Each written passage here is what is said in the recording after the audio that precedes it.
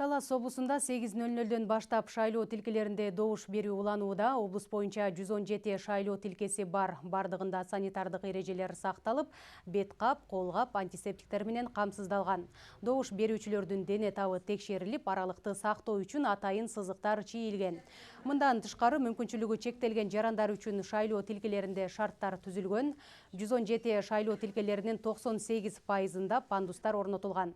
Шайлоо тилкелери ачылып, добуш берүү башталары менен Талас шаарындагы номер 6 мектепте жайгашкан номер 6113 шайлоо тилкесинде облус башчысы Марат Мураталиев добуш берип, шайлоочуларды медициналык алгоритмдерди так сактоо менен добуш берүүгө чакырды.